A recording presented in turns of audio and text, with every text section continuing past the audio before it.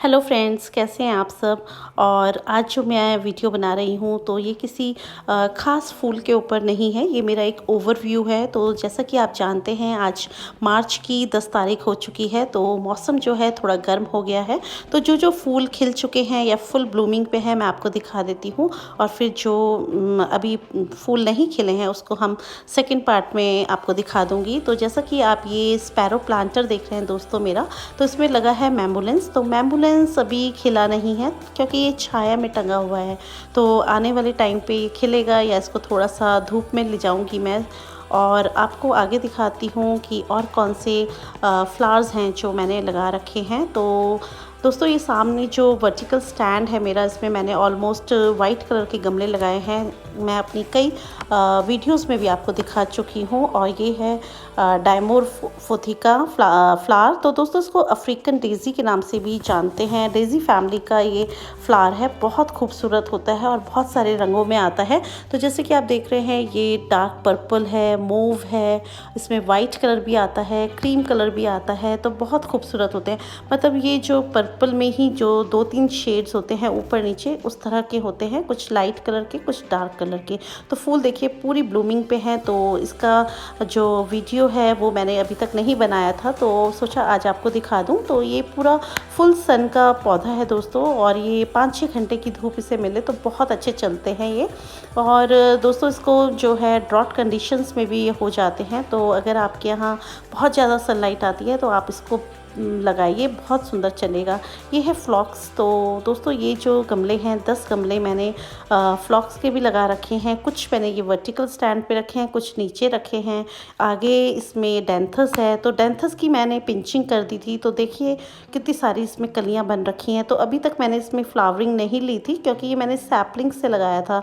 जो छोटी छोटी बाज़ार में सैपलिंग्स मिलती हैं उनसे मैंने इसको लगाया था। तब तो ये बहुत छोटा था, तो इसकी पिंचिंग करके पूरी इसकी ग्रोथ ले ली है। और अब इसकी अगर आप लोगों के पास भी है तो पिंचिंग बंद कर दीजिए, क्योंकि अब सारे ही फूलों में फ्लावर्स लेने का टाइम आ चुका है। क्योंकि हमारे देहरादून में थोड़ा मौसम ठंडा रहता है, इसलिए यहाँ पर थोड़ा फ्लावरिंग लेट होती है। ये सब फूशिया के प्लांट्स हैं दोस्तों। और ये आउल प्लांटर में जिसे आप देख रहे हैं ये इंग्लिश डेज़ी है।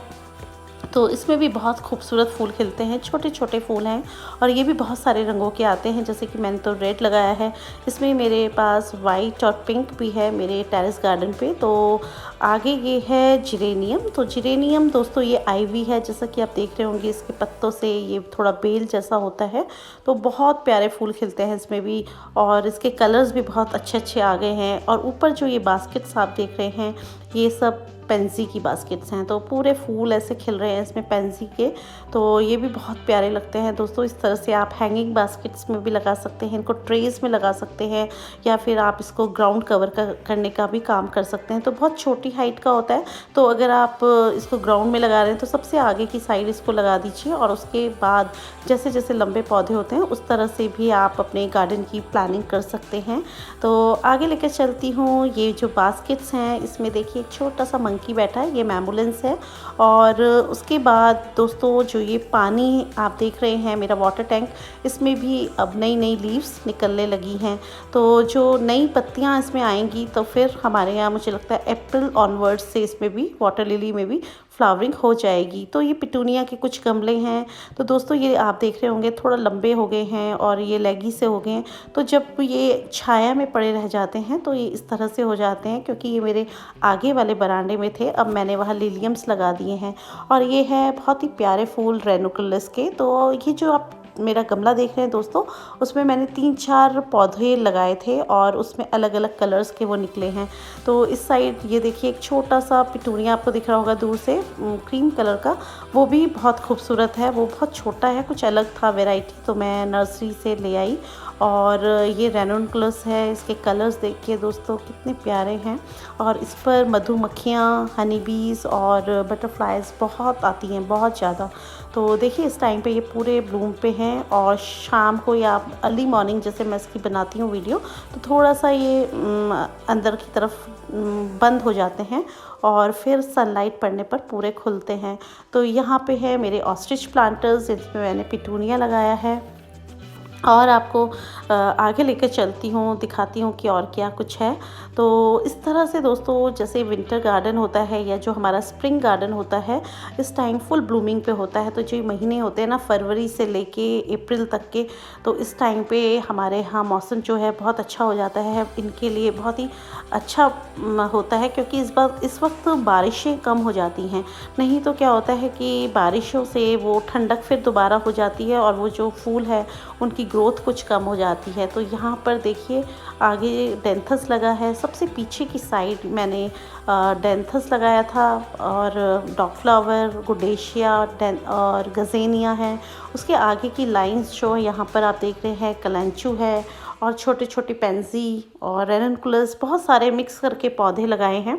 तो सारे फूल ही आपको दिखा देती हूँ दोस्तों। ये जो आप कलांचू देख रहे हैं, ये मेरे पिछले साल के मदर प्लांट्स हैं, और इसके आगे जो छोटे छोटे गमले आप देख रहे हैं गोल वाले मिट्टी के, उसमें इनकी कटिंग्स लगाई थी। तो दोस्तों, इनकी कटिंग्स मैंने 11 अक्टूबर को लगा दी थी, और अब यहाँ पर फ्लावरिंग शुरू हो चुकी है। आप ये देख रहे होंगे, ये कुछ पर्पल कलर के स्टॉक हैं, और ये साथ में है फ्रीजिया के जो बल्ब्स ग्रो करे थे वो।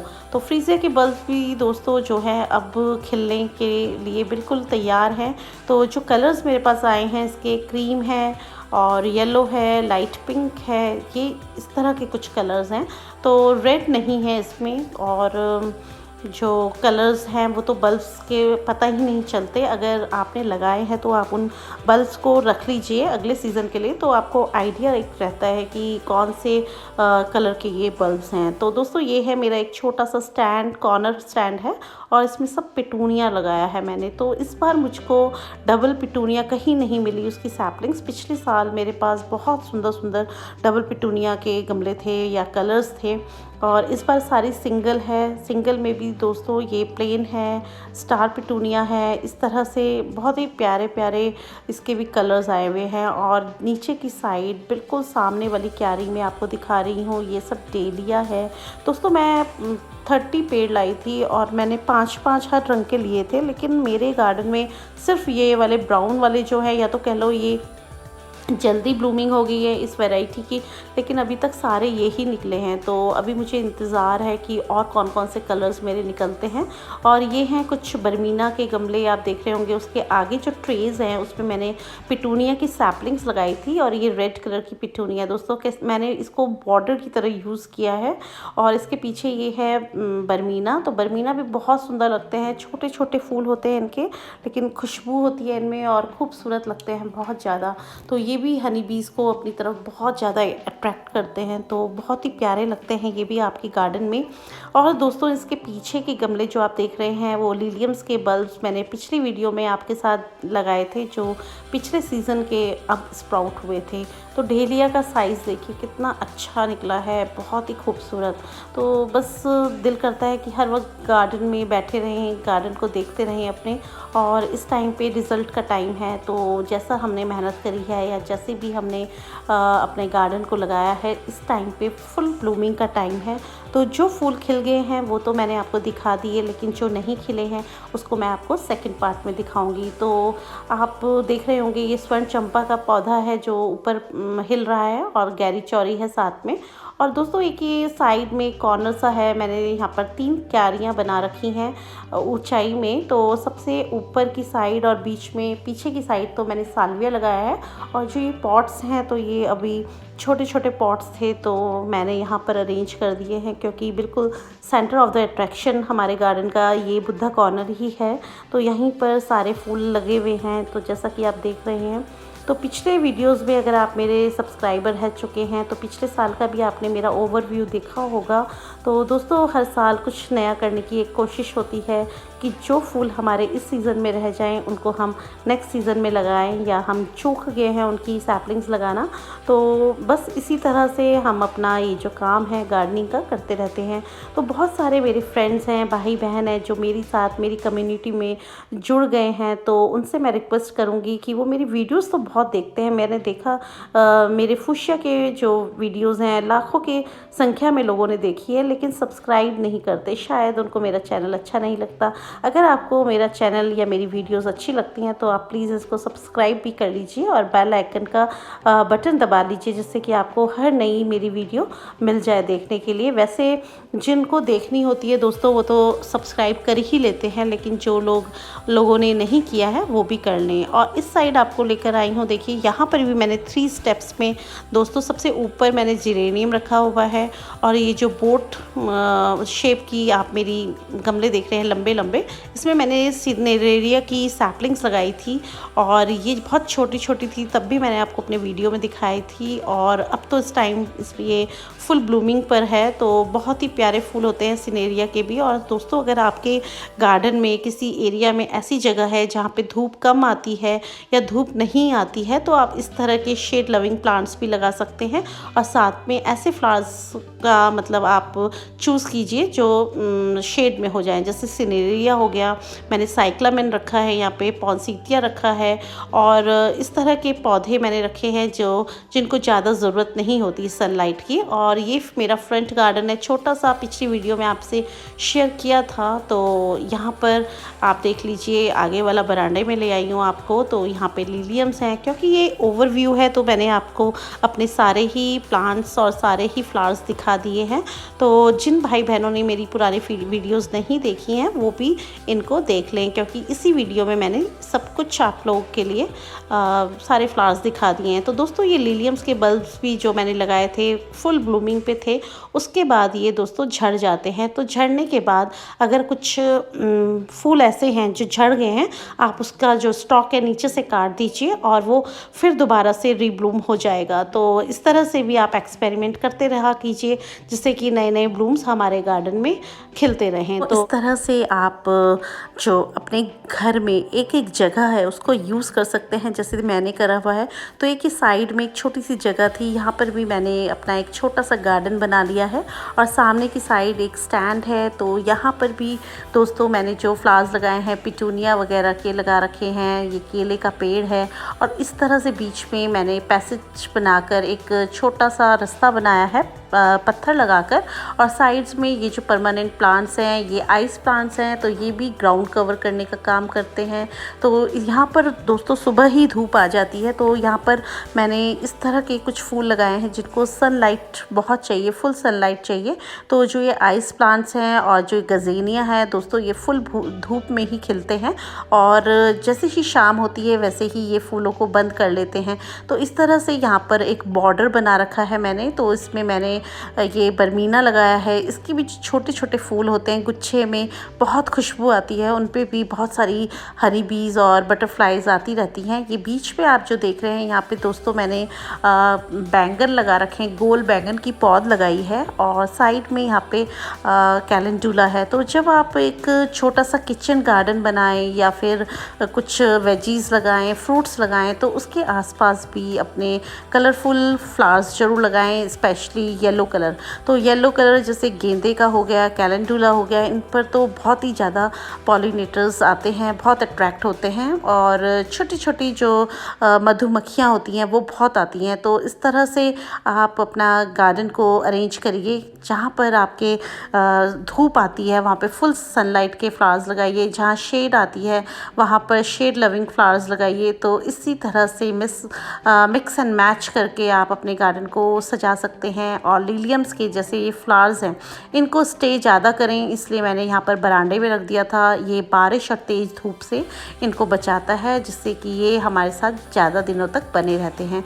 तो जैसे जैसे आपके लिलियम्स के जो फ्लावर्स हैं स्पेंट हो रहे हैं, तो आप इनकी स्टॉक्स को काट दीजिए, वो रीब्लूम हो जाएंगे, मैंने जैसे आपको बताया, और फिर ये हमारे साथ एक बार फिर खिलते हैं।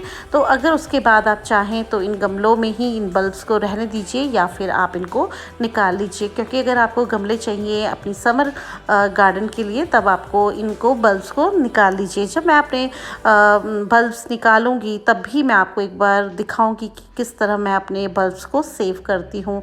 तो दोस्तों आगे आगे ये सब है नेस्टेशियम, और नेस्टेशियम में भी बहुत प्यारी फ्लावरिंग होती है।